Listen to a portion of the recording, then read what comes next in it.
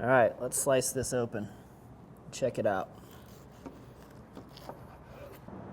We've got some nice juiciness going on that burger, seeping right out. Mm-hmm.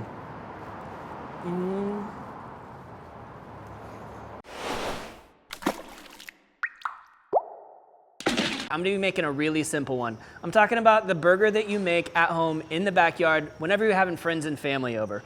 We're gonna have our own interesting twists on this, a really neat barbecue sauce and onion mixture, but for the most part, we're keeping it really simple. I just wanna show you how we do this at home. Now, the first thing that we're gonna do is get the grill fired up. We're cooking on the Napoleon today, but we're gonna be using the charcoal insert. So this is one of my favorite features about the Napoleon Prestige. You've got this charcoal basket insert that fits right underneath the grates. So even though you're cooking on a gas grill, you can turn that gas off and cook 100% charcoal. Start by filling this grate up with some lump charcoal.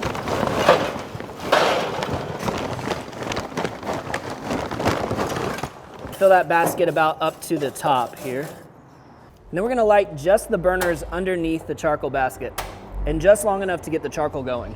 So while that charcoal heats up, I'm gonna grind up some brisket for our burgers today. Now, I certainly don't do this for every backyard meal that we do. I'm perfectly happy to buy some 80/20 beef at the grocery store, and if that's what you wanna do, go for it. But since we've got some brisket on hand and a grinder, I'm gonna show you guys how I do this to grind for burgers. So we're gonna be using the grinding attachments on the Anchor Shroom mixer today, but whatever you're using to grind your meat, keep in mind that you wanna keep the components just as cold as possible. So these have just come out of the freezer, and that's so that we don't melt any of the fat in the meat as we're breaking it down. So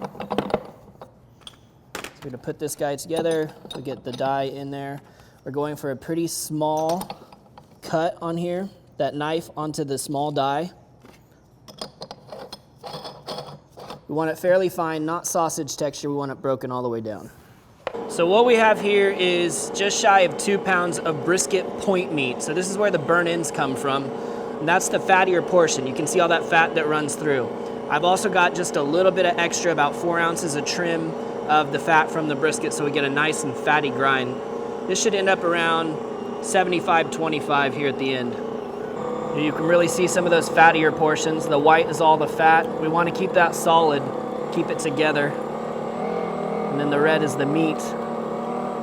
So that's what we talk about when we talk about that either 80-20 or 75-25. We're talking about the amount of meat to the amount of fat. So we want to mix this together to make sure that we've got the fat and the meat distributed evenly. Not going to work this too much with my hands though, because I don't want that fat to melt. Now we're going to portion out our brisket burgers into 1/3 pound patties. So should be just over 5 ounces on each one of these.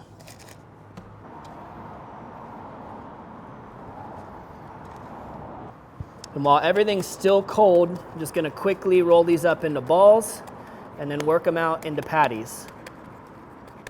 And that's typically how I like to work it. And I'll work it around the edges a bit. Kind of put that indentation in the center because we know that it's gonna puff up in the center a bit while it's cooking. But that's all the more working I wanna do to it. I don't wanna touch it much more than that.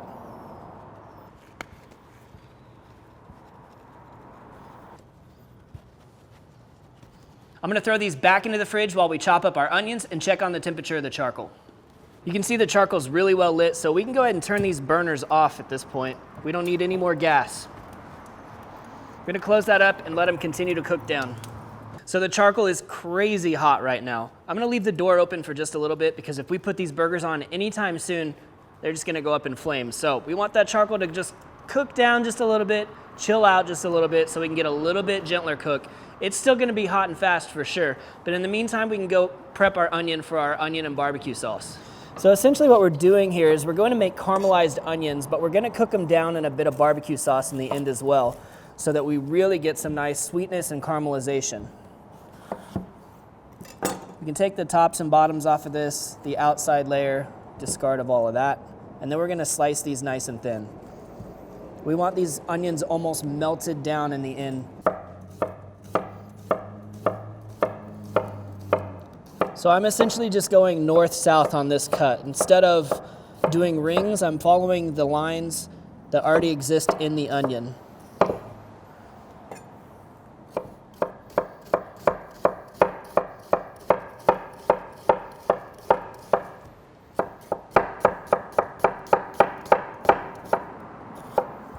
So even just one onion yields quite a bit, as you can see. That's why we're gonna use the nice big 12-inch cast iron skillet. Once this is cooked down though, it's gonna be way reduced. But since we're gonna cook these down really gently, we can go ahead and just throw them into the cold skillet right now. So we're gonna start out over medium heat here on the side burner of the Napoleon. We wanna get just a little bit of oil in there to coat these onions. We're gonna use the extra virgin olive oil. And then just a touch of salt would help to start breaking these onions down. So we'll put some hickory smoked salt in there as well. Not a lot. All right, nice and easy now. We're just gonna let them cook slowly. And once they've really start to caramelize, we're gonna add our barbecue sauce. We're gonna get these burgers seasoned up at this point because the charcoal is ready for us. We're seasoning these today with the Our Butts Are Smoking our beef rub. Just a great, straightforward beef rub. Something I'd put on brisket means it's something I'd put on a burger. So we're going directly over the coals now. This is a unique situation. See, I'd tell you if you're cooking on a pellet grill or even your charcoal grill at home, maybe you're looking for a temperature of like 425, 450, 500, but we're so close to the coals that it's hard to give you an exact number. You want something that's hot enough to give you some color, and when you flip it, you want some more color before it's fully done. So typically that's in like that 450 range. Now before I forget, we'll go ahead and dust the top as well with that Our Butts Are Smoking our beef rub.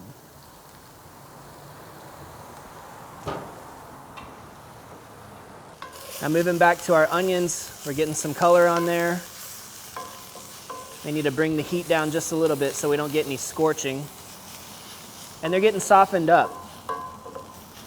So this is kind of what we're going for. We need a little bit more of the breakdown to happen before we add our barbecue sauce though.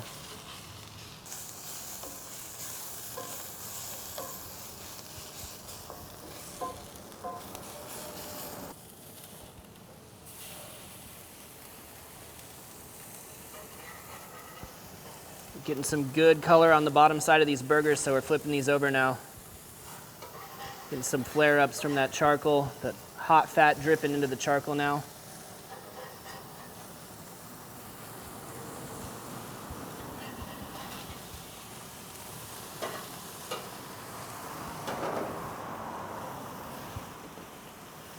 And pretty much immediately after we flip these over, we're gonna add some cheese.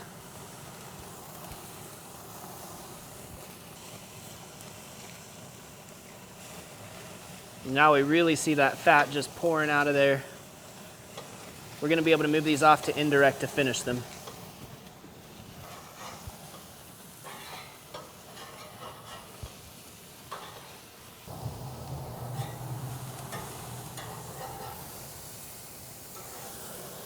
Onions are over low heat now. They've cooked down really nicely. We're gonna add about 3/4 of a cup of barbecue sauce now. So this is our Firebug Mild Grillin' Sauce.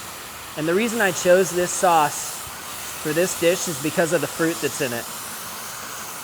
The berries that are in this sauce are gonna work really well with the meatiness and the fattiness of the burger. And you can see immediately it just starts to reduce down and thicken up, even on the lowest setting. So we got this nice thick Tillamook sharp cheddar on here. I was trying to decide if we should double up cheeses because I like a white cheddar as well, but I think with this thick cheddar, we're just gonna leave one slice on there. We're gonna let these come up to temperature just a little bit more. I can tell you we're looking for about 155 on the internal. Come over here.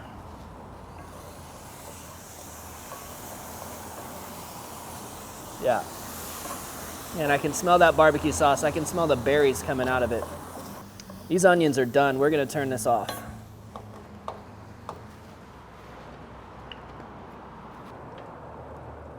We've got about 10 degrees to go. We're just gonna use the heat that's coming off the left side of the grill to finish these off.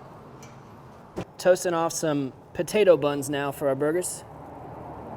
A couple that have already been on there for a minute. We're just looking for a little texture. There's no butter or anything on these. We just want a little bit of crunch. We're getting there.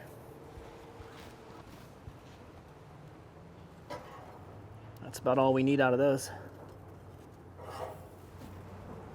All right, we're pulling our burgers. Some of these have come up to 155, 160. Some of them are a bit lower, in the 140s even. And I feel comfortable doing that just knowing that we ground our own brisket. There's less risk of any sort of contamination, much like with a steak. Now the great thing about a backyard burger is you can make it however you want. I mean, typically we have a bunch of condiments set out, a bunch of toppings, whatever you want on there, you put it on yourself, right? So I'm just gonna show you how I like it today. You guys do it however you like at home. I'm gonna start with a little bit of mayo on the bottom bun.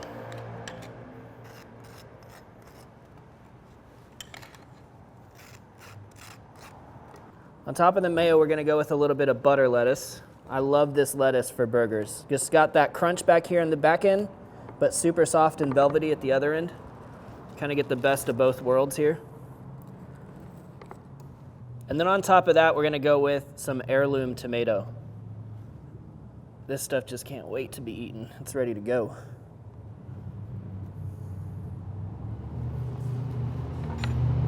Next, we've got our burgers. So the 3rd pound ground brisket burger, topped with that sharp cheddar. And then we're gonna start to make some magic happen with the barbecue caramelized onions. And this is where I put the barbecue in our backyard barbecue burger. See, I love onion on a burger. Not everyone wants it raw though. Most people will probably eat it if it's caramelized and cooked down in barbecue sauce. And that's it. We top it off with the rest of that potato bun. Potato bun's a solid bun if you're gonna go for just like your typical burger bun. I love a potato bun.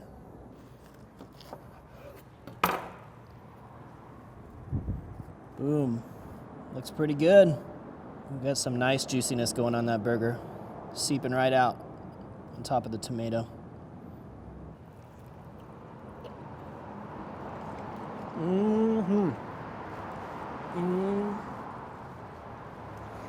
I got onions and barbecue sauce right off the bat, followed shortly by the juiciness of this brisket burger.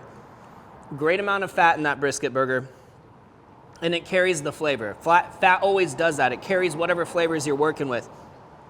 Sharp cheddar is a nice way to cut the sweetness of the onions, and then you add a little fresh crunch with some lettuce and tomato. It's all about balance. We say that all the time, but it's true. Hey, thanks so much for watching. Be sure to check out atbbq.com for all the products featured in today's video. If you enjoyed that recipe, hit the subscribe button. And if you have any questions or comments or there's anything you'd like to see me cook, let me know in the comment section down below, and let's be good to one another. For more recipes, tips, and techniques, head over to atbbq.com/thesauce. All things barbecue, where barbecue legends are made.